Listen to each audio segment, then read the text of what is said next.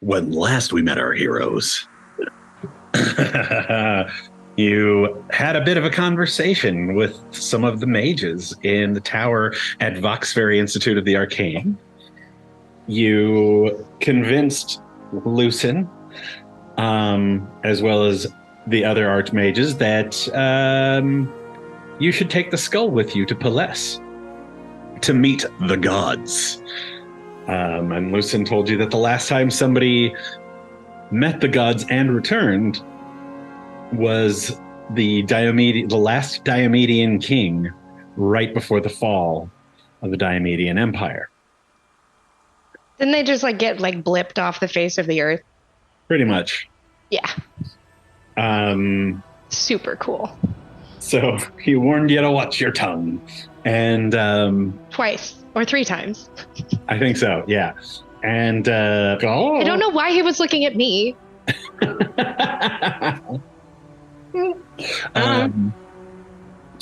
You all went off and said some goodbyes, and just in case you didn't return, and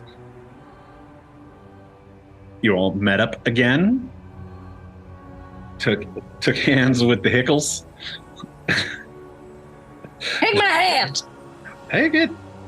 Take it. Take it. And whoosh. You're off to Pelesse, where you found yourself surrounded by a mist, like a cloud, and the cold rock firmed up underneath your feet, and you found yourself on top of a large mountain. Looking all around you, you could see a giant hall, and there are pillars all around you with a big domed ceiling, and 2 Valkyries standing there guarding the Hall of the Gods, who approached you. Willow recognized one of them, even though it was from a fleeting memory from when she did. One of those times I did. Mm-hmm. And she said that you would not see the gods until you had proven yourself, at which point the mists whisked you away. Yeah. One more time, and you found yourself fighting this creature of pure chaos. 3 large heads and then thousands of small heads, all skeletal and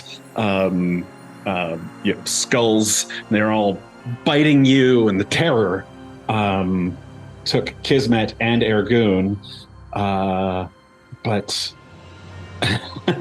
you all did what you could until finally you defeated the thing and were brought back, at which point the lightning strike came Aegon, and then Adalia. And let that window go. Wrote it down so I wouldn't have to remember. Oh no. Bring us back to the Pantheon. Right. You guys, there's a squirrel who has situated himself on a branch outside my window, and he's really chubby, and he's just laying there and taking a nap.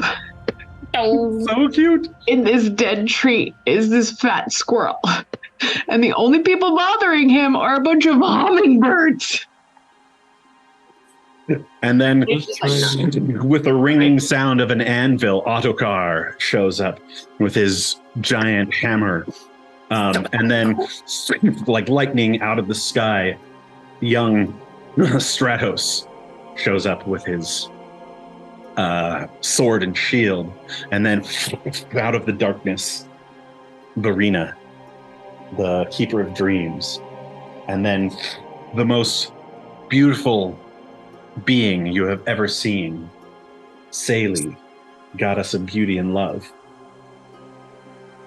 And then Avian, a young man, somewhere in his teens, reclining on a couch, drinking wine with like grapes around, and he like just kind of gives you a cheers. And then the blindfolded Sos, guide to the afterlife, the goddess of death.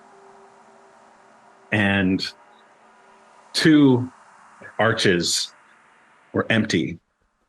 And one of them suddenly caught fire all around, and then parted, and you could see darkness and fire and lakes of lava.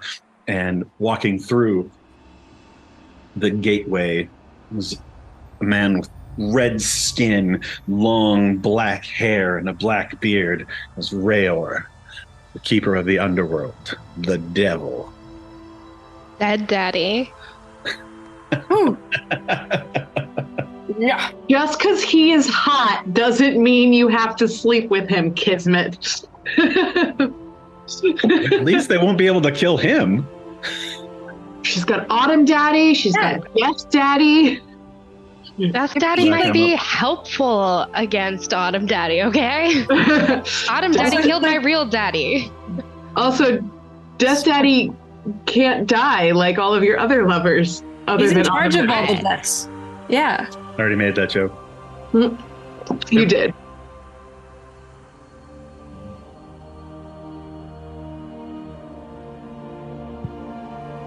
Anywho.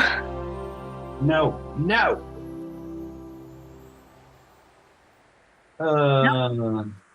No, it's okay. We're still good. There we go. Yeah?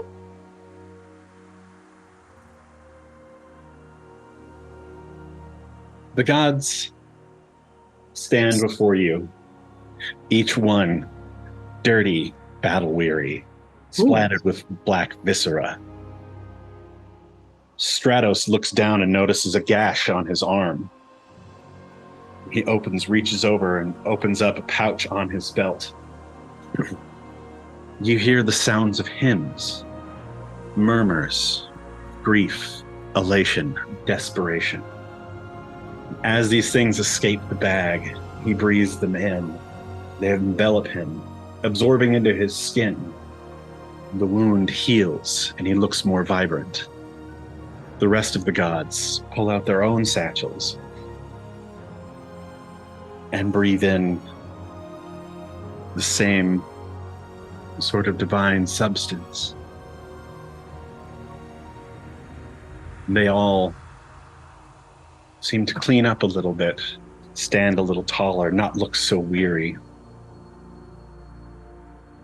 Adalia looks at you all, and she says, "Now you know what dangers lurk in the ether. They come from darkness. They detest the light, and your world is a beacon." Stratos says, "We hunt them and destroy them so they cannot destroy our creations. You." Aegon, with thunder booming in his voice.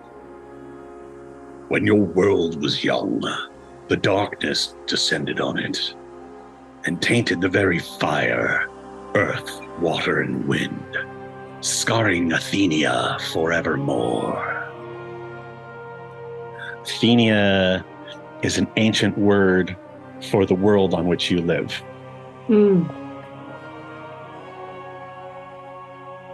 Adalia takes over again. "We knew we could not protect your world while still walking upon it. And that is why we created the Celestial Veil. It protects your world from the darkness, but it also shields us from influencing it directly, which is why we require champions."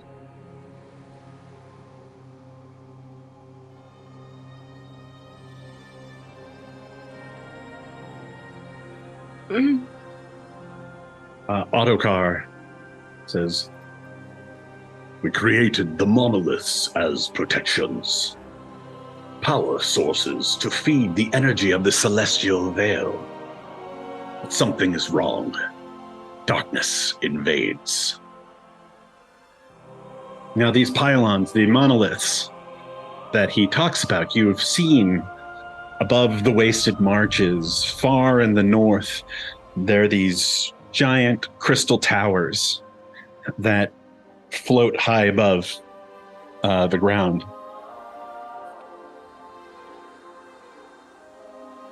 No one knows until now what their purpose has been.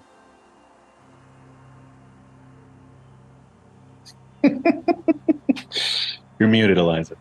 No, I didn't even. I thought you might have meant that, yeah.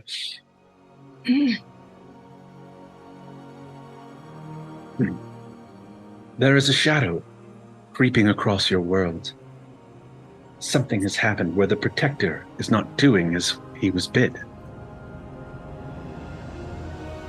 You have proven yourself worthy, but the choice is yours. Actually, before she says that, Rayos says, the devil. There is a hole in hell that the Jahanan are using to fill their ranks. It's all I can do to stem the tide, but more and more souls get through at every incursion.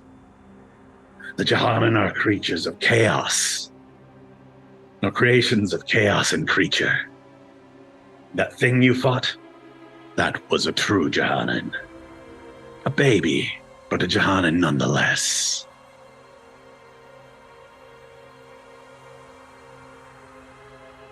At which point, Adalia says, you all have proven yourself worthy, but the choice is yours.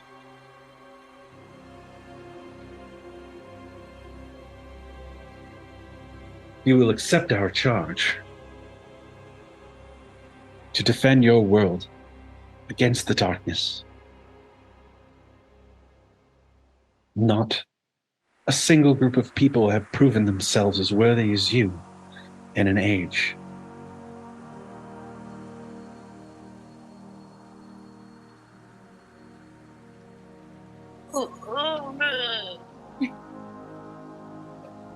Kismet just goes to open her mouth several times throughout this whole thing and just doesn't. She can't think of how to say what she wants to say. Nice. I also imagine that Orlak is just dying to be scribbling in his notebook right now. I would say Orlak is scribbling in his notebook right now. Like you just see a Draken just taking note after note after note. Smoke starts particularly about the floating crystal mountains. Yeah. If you charge us with defending your world, you can help us by starting with this. And I beckon Orlak to display. No, Kismet has it. Yep. I beckon Kismet to display the skull. And just sort of peel back the Yeah, it's got the handle covering from it. And it's there with the little handles around it. This skull's spirit corrupts those who look for it. You try to hold on to it. One of these people's good compatriots was corrupted by it, and it would seem that perhaps others more influential might as well. Its very existence threatens our plane. The Jahanan seek it. Have sought it and will continue to seek it.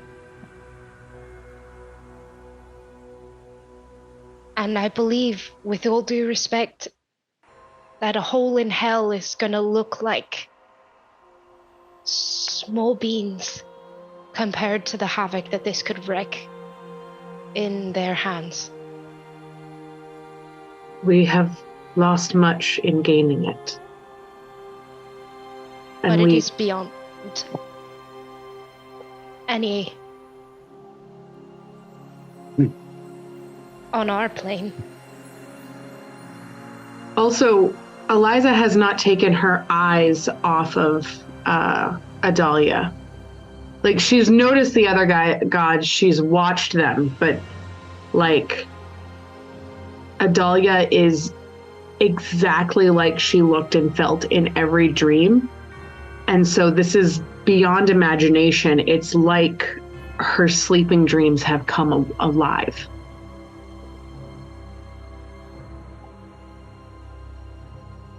And she says, "And what would you have us do with this thing?" Destroy it. And the being inside of it.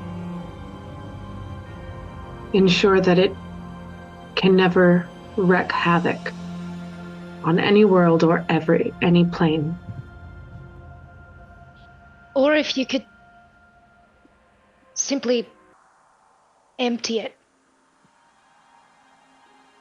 I know not what your powers are capable of, but if you could empty it and leave it ready to be filled again. There are others that are wreaking havoc on the world that ought not to be. You would capture another soul into this, would you?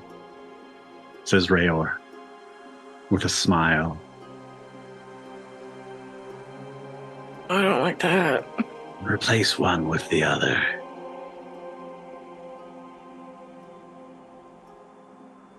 If I had exhausted all other options and come up short, yes. I can vouch for her honor. She would only do it to a soul worthy of the prison. He kind of takes a step forward and you hear like this almost like crackling fire under his feet. Does any soul deserve an eternity trapped in its own skull?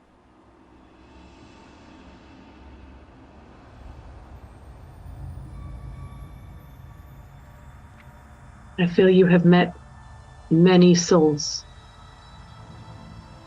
But I'm asking for your insight.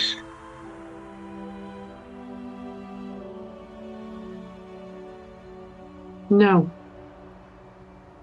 But often we are given what is unnecessary or what is unworthy out of necessity to save the lives of those who are not worthy of the destruction that evil and hate would cause. With respect. Good. And then just out of nowhere, this owl just snatches the skull out of your hand. And it whooshes around this huge, I don't even know what to call this thing. I tried to Google it. But this pad, and over to Autocar, who puts up his hand and it drops the skull into his hand and then goes and right onto Adalia's shoulder.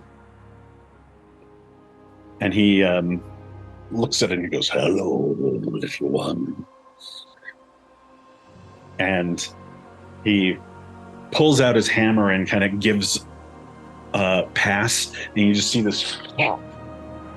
this huge anvil, ornately, intricately and ornately adorned. One of the most beautiful things you've ever seen, and it is an anvil. And he puts it down and raises up the hammer, and then there's a little black smoke. And Verena stands next to it and says, "But shouldn't we know who's inside?" She reaches out and starts like she's pulling on a string, and you see this kind of being squeezing out through one of these gemmed eyes as she and she holds it like this, and it is this ancient fae who is gaunt and wears an eye patch and has like black leather armor and stands there like completely at her under her control. And she says, "Oh, well, look at you. You're an old one, aren't you?"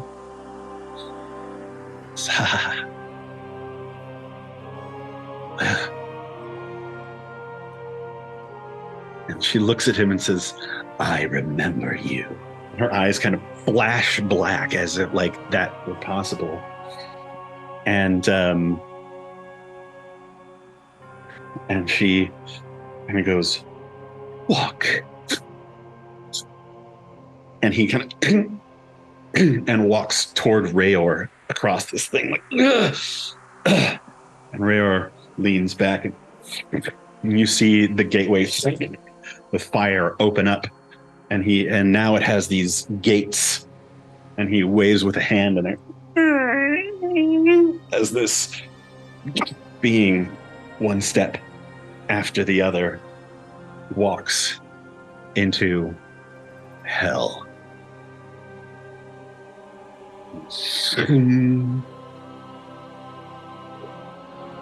Closes the gates behind it.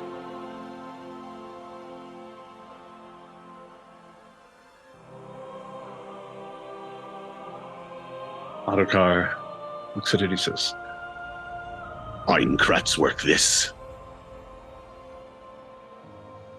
You wish to have this receptacle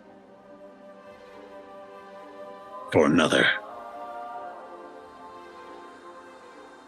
There's another being that seems to be walking in the same footsteps as that of the entity you just saw.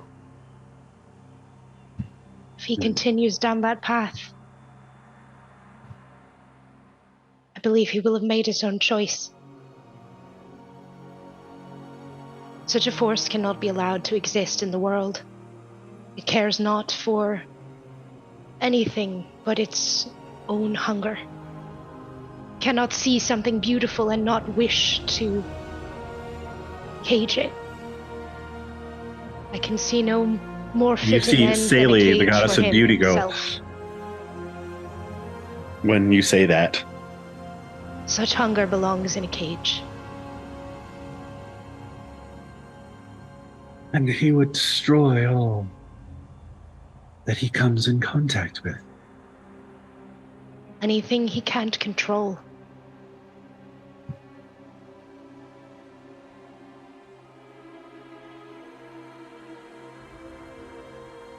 Very well. If you wish to have this prison, sister.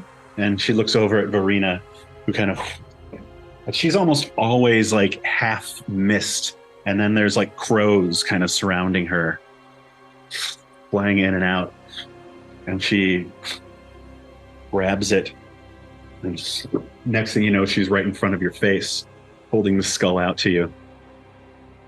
And like when you look at her face now, she looks like a 13-year-old girl. Just for a moment, you forget that she is also a god. Thank you. Hide him. Keep him safe. You'll need the knowledge of how to wield this. And she puts her hand against your cheek, and you close your eyes, and suddenly your brain is filled with the secrets of the skull. You know the words. You know what you have to do.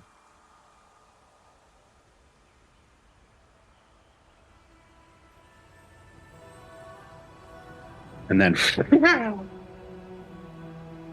once again gone.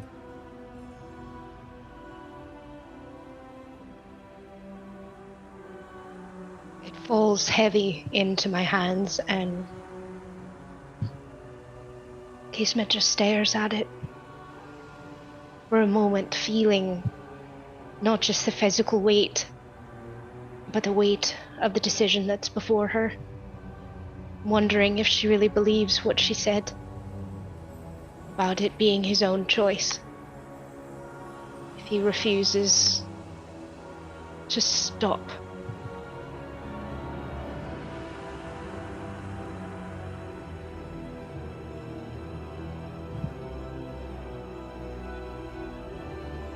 Adalia looks at you. How else can we be of service to the heroes of Aldgate? Eliza, your sword. It's now or never. In a moment of darkness, I became bound to the entity contained within this. And she points down to her belt, still not touching it.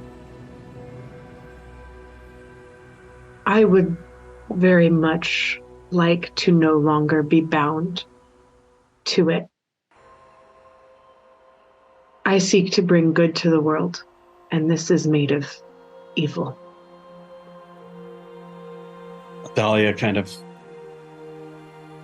adjusts herself, and as you finish speaking, she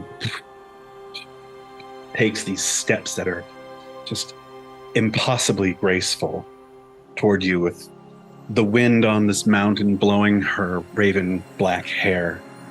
And she walks straight up to you, and you notice that she is exactly the same height as you are. And her eyes, though dark, seem to have clouds in them.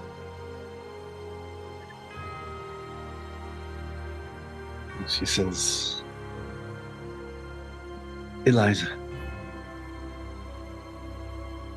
I have offered to take this from you, and I shall, if you will be my champion. I would be your champion whether you took it or not. She says, very well. And she reaches down to your belt and just pulls it off. And she throws it to Ottokar, who grabs it, pulls it out. Yes. Powerful evil lives in this. And he puts it on the side of his anvil with the blade sticking off and goes, and it suddenly shatters. And Eliza, you feel like your heart stopped, and you just feel arms hold you. And they're impossibly warm. And like love, as Adalia raises you back to your feet. And you are well. It's gone.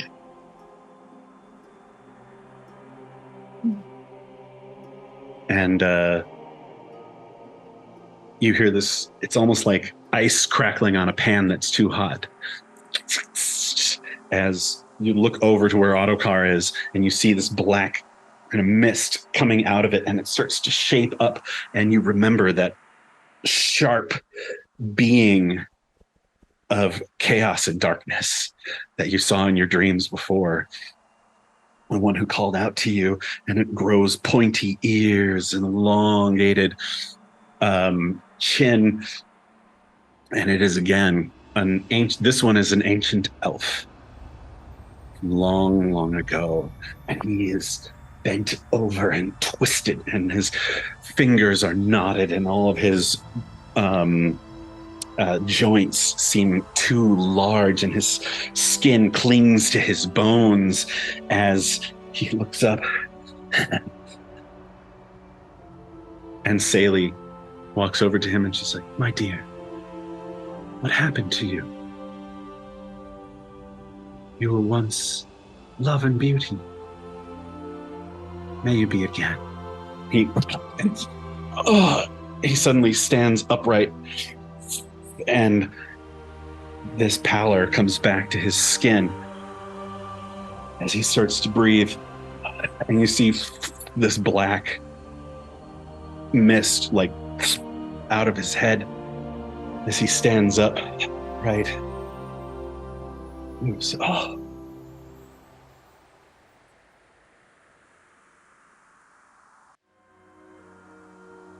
Thank you, my lady. And you can all tell that he's speaking this ancient elven dialect, but you all understand him as well. And he turns and he looks at you, Eliza, and where you're expecting those kind of black with like this white glow around them eyes, you just see these dark brown pools. And he says, "Eliza, I apologize for the pain I brought to you. And to all of the others.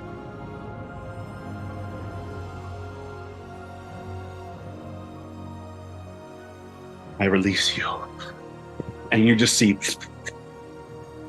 all these spirits come out of him and fill up the this pad, and they look around, and some of them hug each other. You can't even see their legs, but they all hold each other tightly and look at him with fury. And then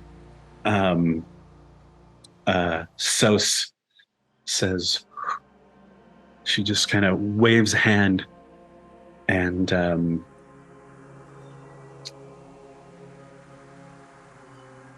he says, "To the blissful home with all of you." And they all, and you just hear like the slightest sound of a pub band talking and glasses clinking and laughter as they all disappear into the mist.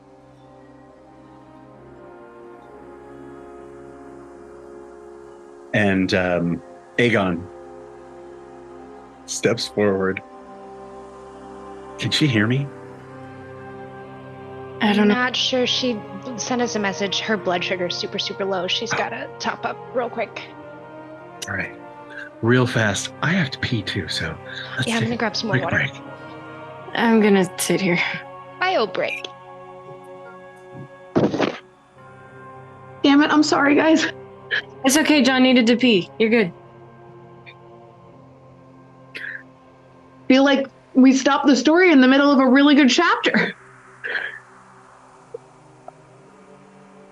He sticks happen.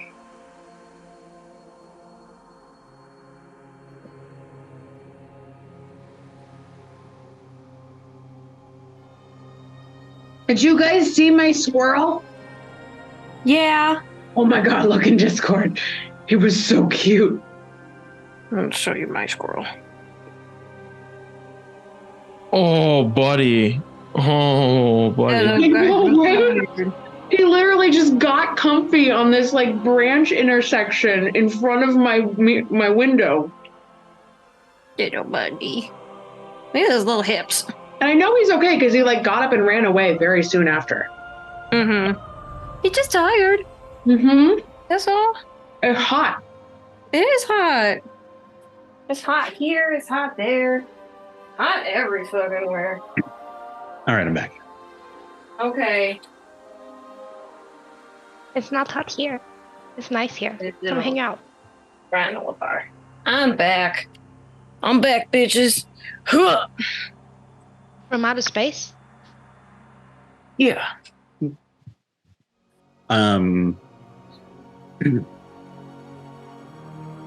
With that, this ancient elven spirit approaches Eliza and kneels and says, "If I may be of assistance, in a positive manner. I pledge myself to you.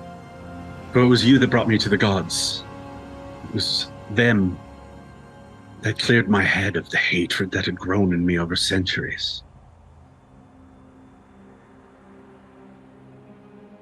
Do you hunger still? For blood? My hunger is sated.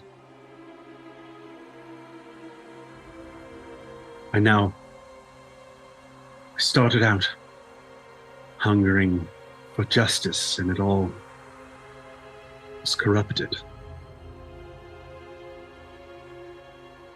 It's easy for a hunt for good to become evil. You were there, you saw what happened to my friend. Yes. You will help me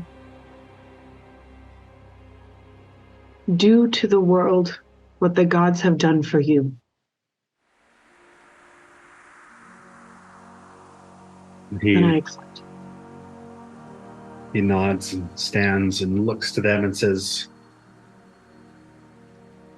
if I may be of service. And once again, Verena kind of appears and she says, "What better fate?" And kind of like puts out her fingers, and it's almost like she's picking up a piece of paper. And she puts it, and it goes around your bow. And he becomes one with your bow. Oh, what? That's so dope. Is he happy there? Yes, I am. Oh! Fuck! Eliza's got a talking bow, y'all. A talking ancient elf bow. What? And I know things. I feel like I can help. What is your name? Come up with a new name for the bow. Quickly. We don't. It's like your bow does lightning damage, right? Is that what it is? Yeah. Or if it was like It's called the storm bow currently. I So I was feel like- once called Netherlight. I like that a lot better than anything I was going to come up with. The Netherlight. Netherlight, yes.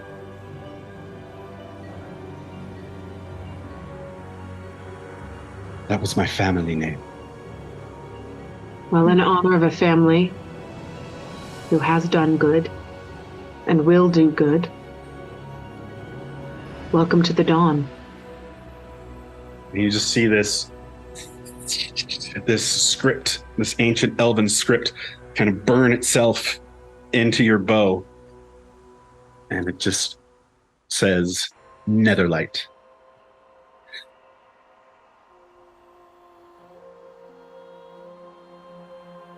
Fucking hell yeah.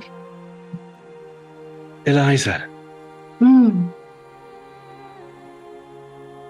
your heart has been stricken a huge blow after blow. From your mother being taken away from you as a child, to losing the friend you had claimed as your brother. Your friends, and even your king, and even your sanity. But you fail to embrace what you have gained. Your family amongst these companions. And Saley pops up, even love.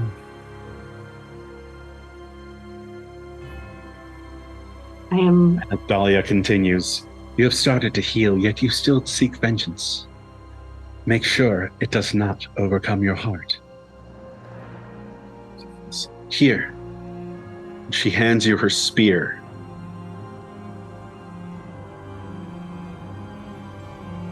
She says, take this. This is Adalia's wrath, and it will take you where you need to go. And as you hold on to it, it suddenly shrinks down into a miniature version and fletchings come out on the back end of it.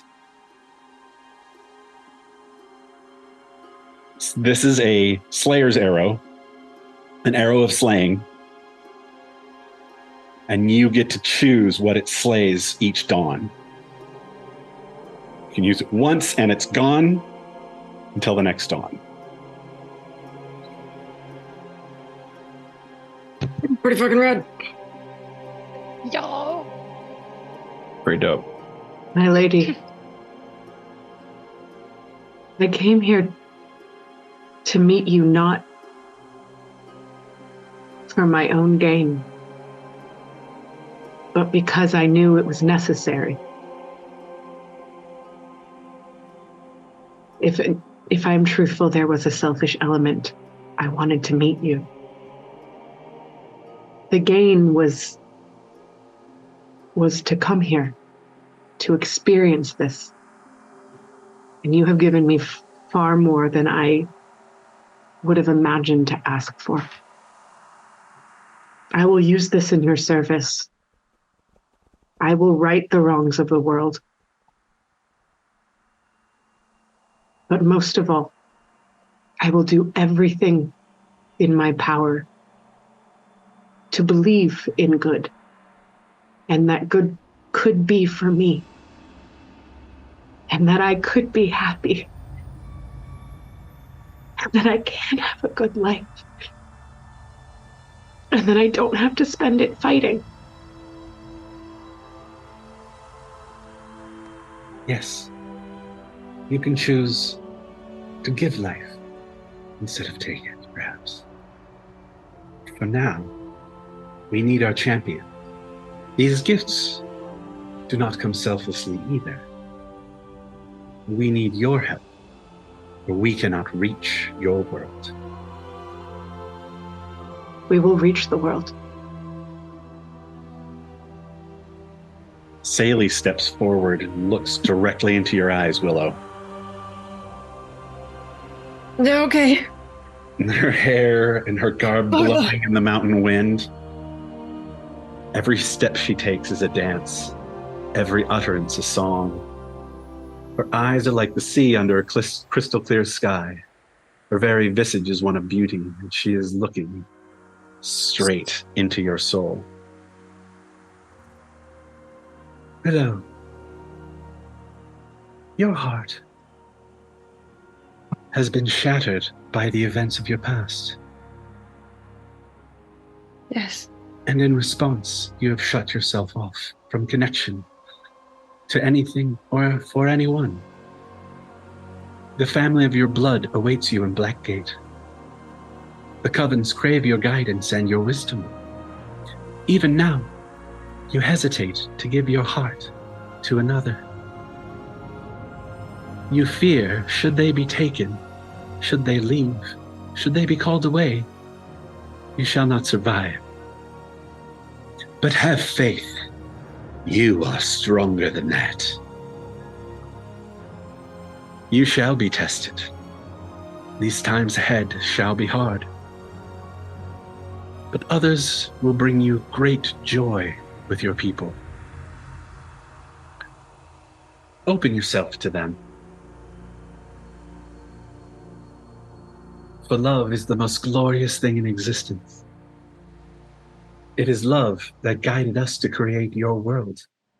It is love that drove us to create life. She turned slightly dark and forlorn.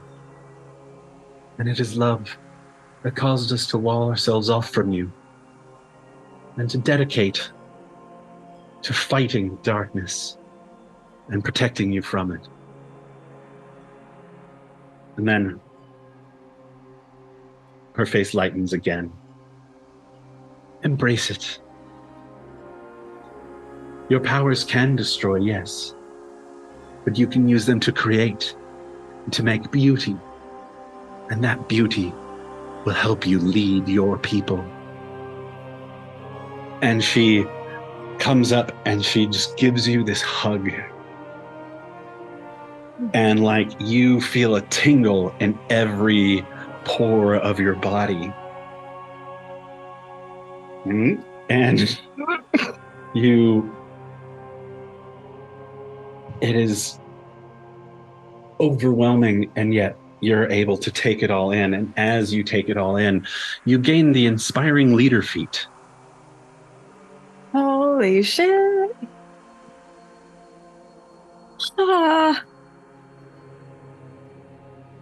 And Adalia steps to you and says, "Your foes know your power, and have many times tried to send you to Palais before your time. And so I give you my second boon for your dedication to the planet and to the earth, to my domain."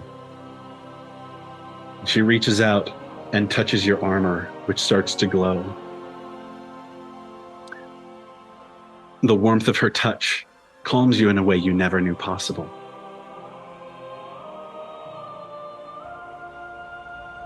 I'm going to send you a little message.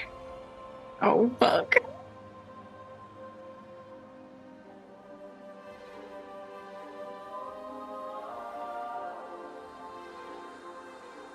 Did I just read it, or do you want to read it? Oh.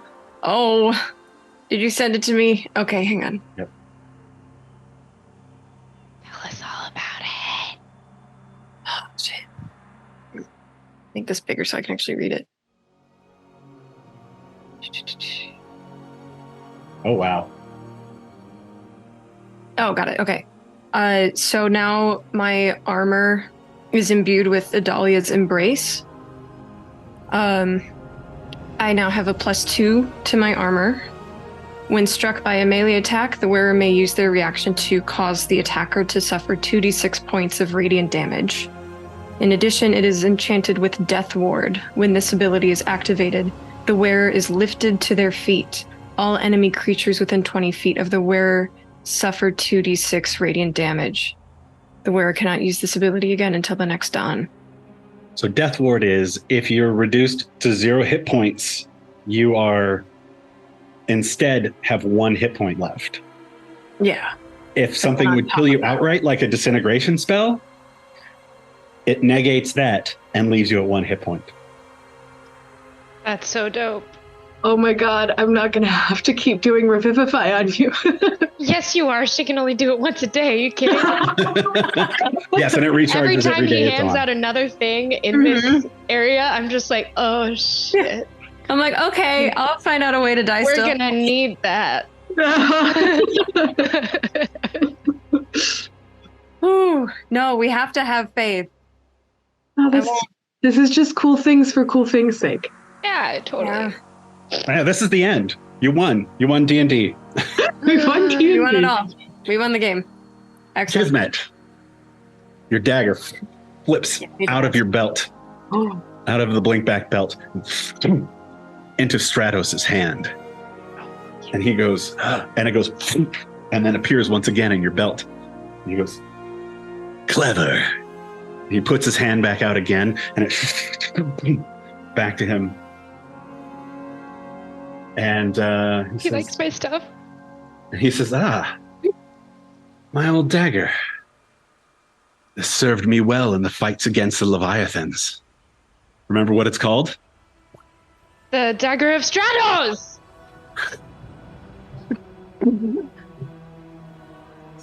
I totally put that together before. I definitely made that connection, and I'm not realizing it for the first time right now.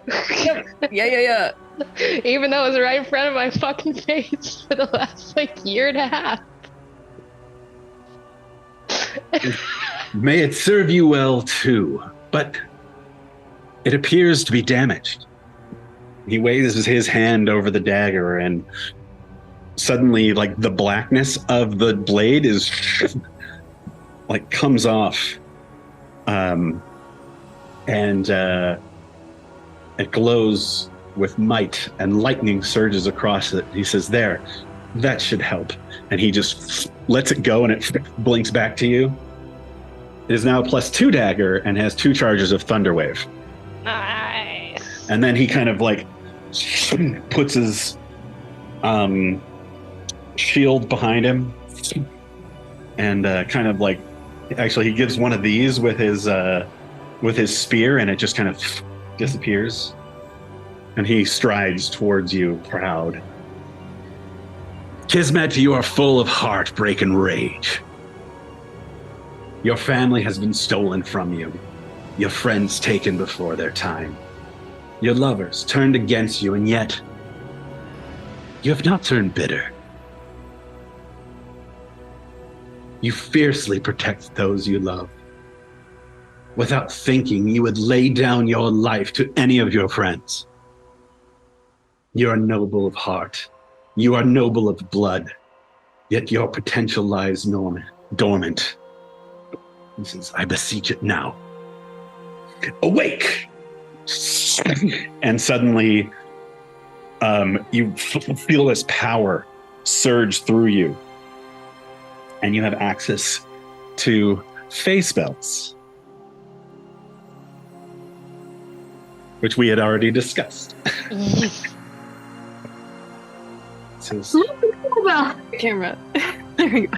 But you shall meet many magic users along your way. And in that you will need all the tools at your disposal, and I would give you them to fight.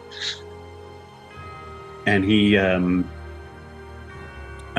claps you on the shoulder and gives you a feat called Mage Slayer. Ooh. Which is like, don't have it in front of me. You're right, I'll pull it up. Oh, it's pretty fucking rad.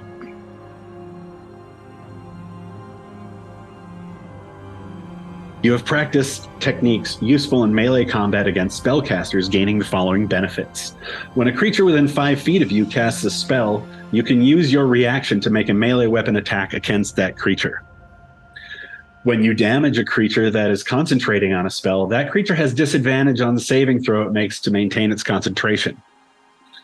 You have advantage on saving throws against spells cast by creatures within 5 feet of you. Hell yeah.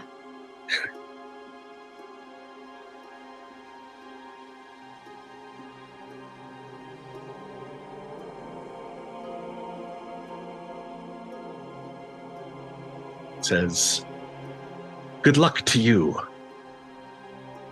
on your quest. It should be fun. And he walks back to his little arch. He totally misses battle. Yeah. They've been fighting the darkness. Oh, that's true. Mm-hmm. He enjoys battle. Yes.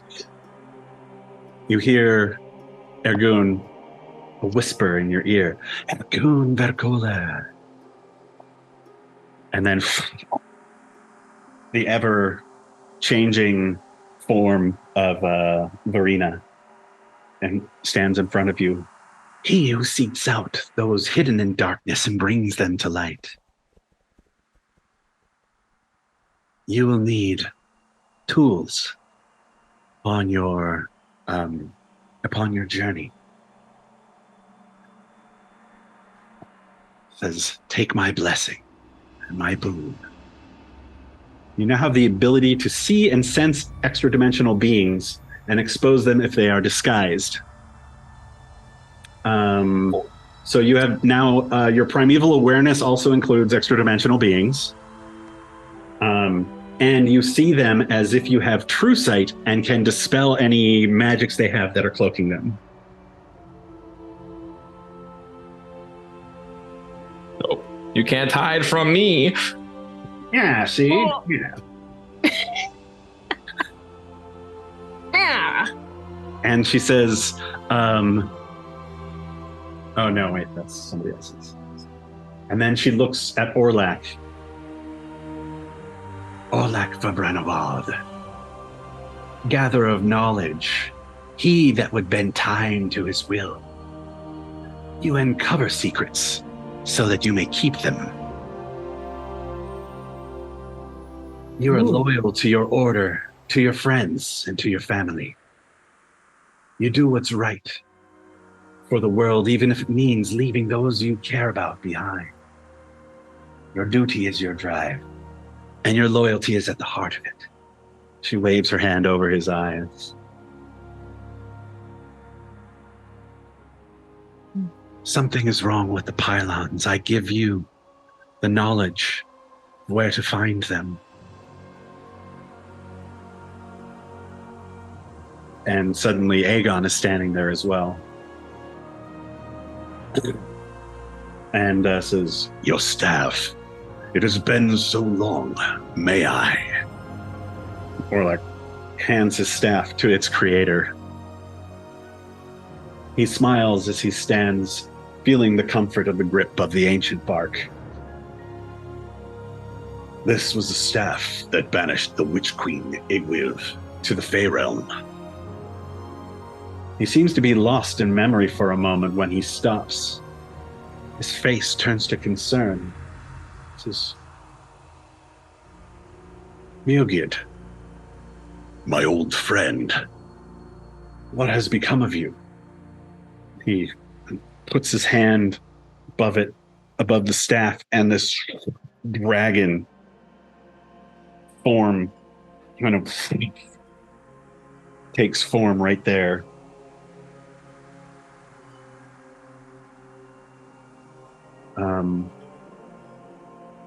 And a deep voice rings out as it speaks. "Aegon, my lord, my creator, my old friend. Much time has passed since you last walked the soil of Athenia. I know. I wish it could be different. I've missed you and your brethren. In your absence, a great force swept across our home, killing all who stood in their way. They even slayed Vongadar and Kamane.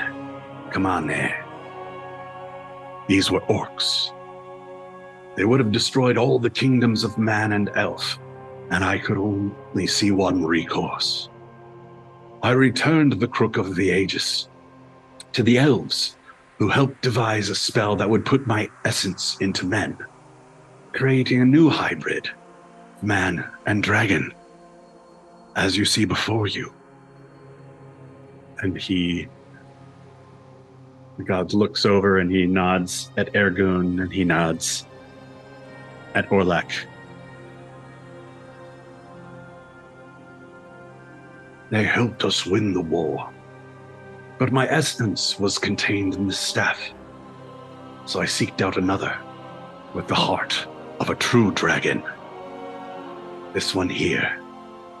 He was the one. I could see he had the potential to be truly great, more than any of his brethren.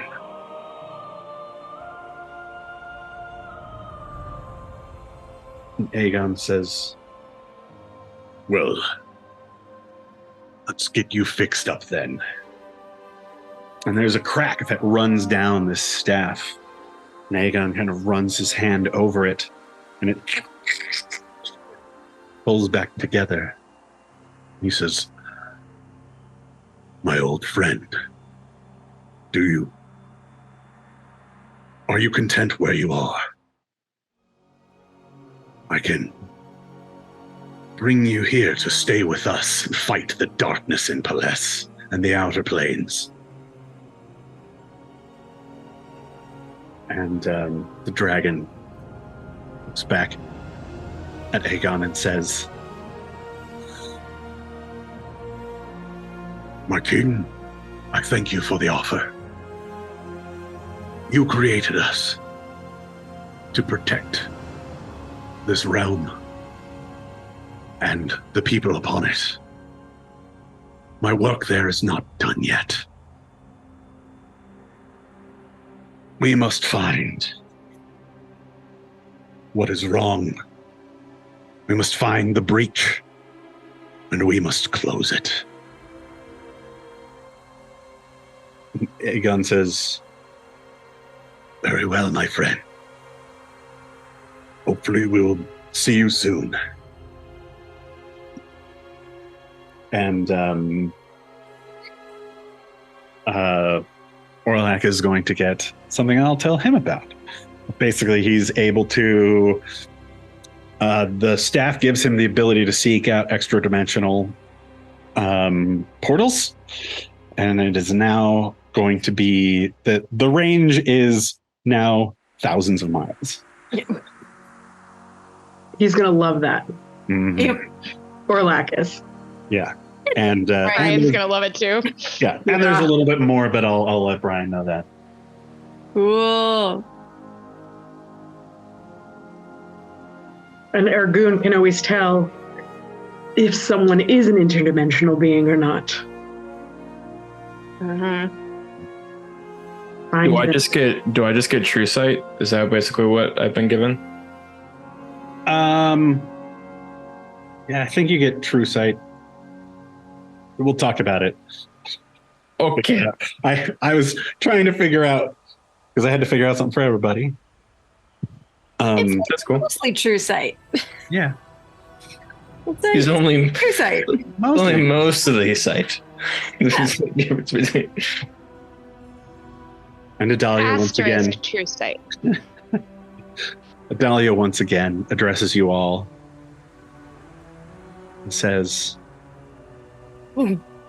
if one of the pylons has stopped working, you need to find it and set it right. Orlak should be able to direct you toward it. And then, once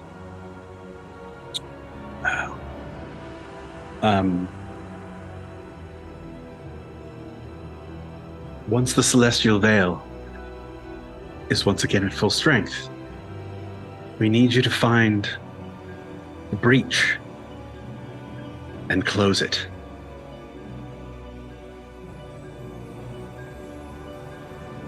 And now, I know that you have some of our other business. And she looks directly at Kismet to take care of. Take care of that first.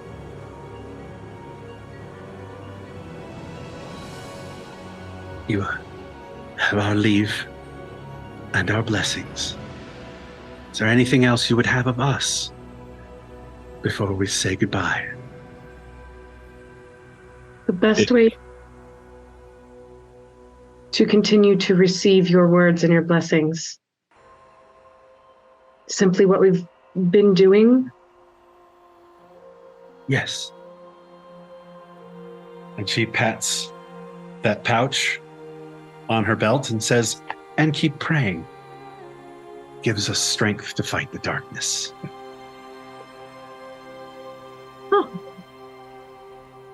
If I may be afforded a question.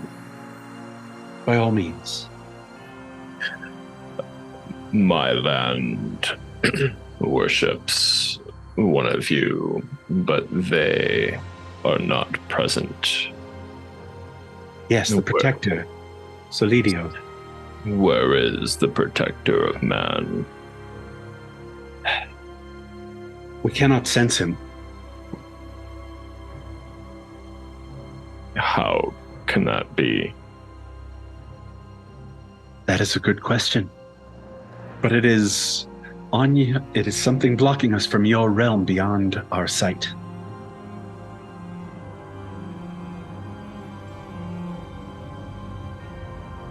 I accept this answer as much as it confuses me. I thank you for your gifts. I shall put them to good use. We are sure you shall. I don't entirely understand where the Fey realm fits between Palas and what was the name? The old name for Aldgate? Athenia. Athenia. Between Palas and Athenia. It is another realm closer to yours. In the plains, We are the outer planes, and there are the inner planes. That is one of the inner planes that sometimes, as it is now, I believe, sometimes they intersect, allowing people to cross from one to the other. It is a reflection of your own world, much like the Shadow Realm is the opposite of the Fey Realm.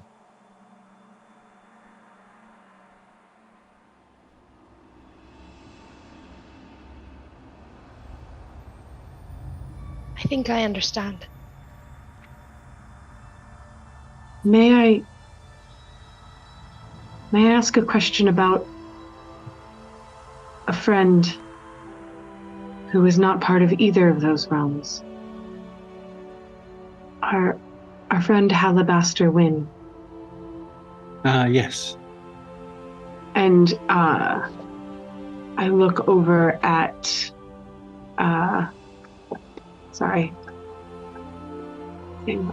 Rayor, and I go, is he with you? I have not claimed his soul.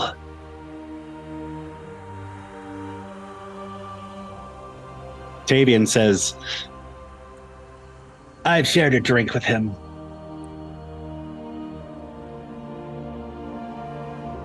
He's in a good place then.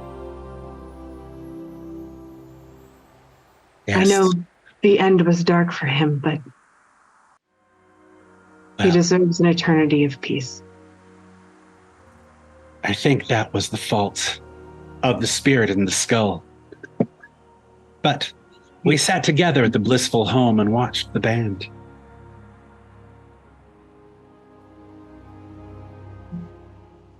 Drank the mead, the wine, the beer. He's with his family again. Yes. Good. He is well. When my life ends, I'll look forward to seeing him. It's a lot of fun, I gotta tell you.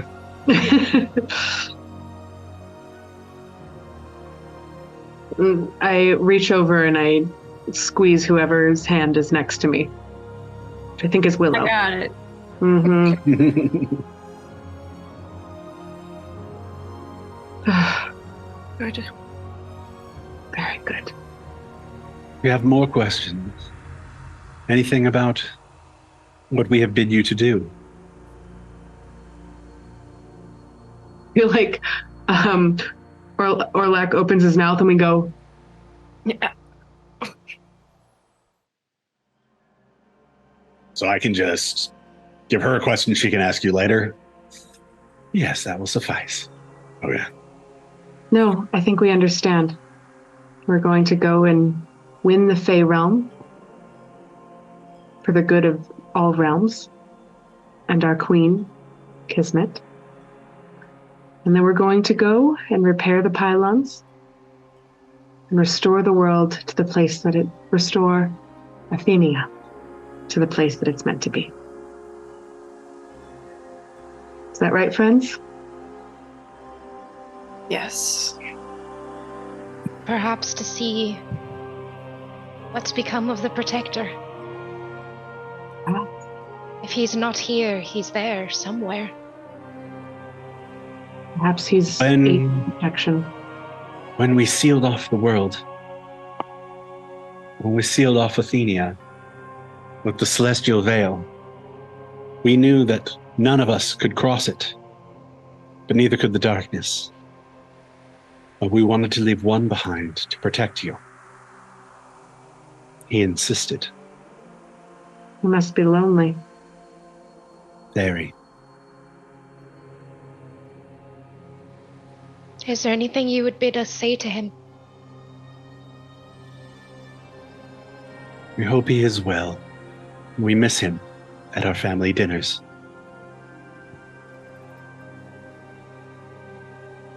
Maybe we'll bring him some food. Do gods eat normal? Never mind. How big are those plates? Could we just bring him a plate? That's We can eat Surround mortal that. food. You can eat.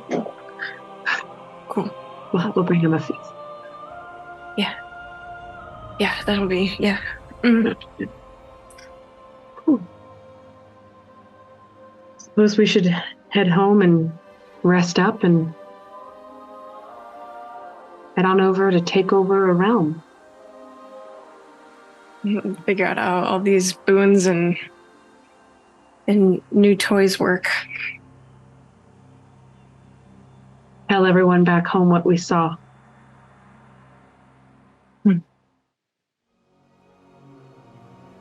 Indeed. Let them know we are out here fighting for them every day. That the warriors, the dead, any who would volunteer, their souls accompany us. And when they are hurt, they go back to the blissful home, where they recover.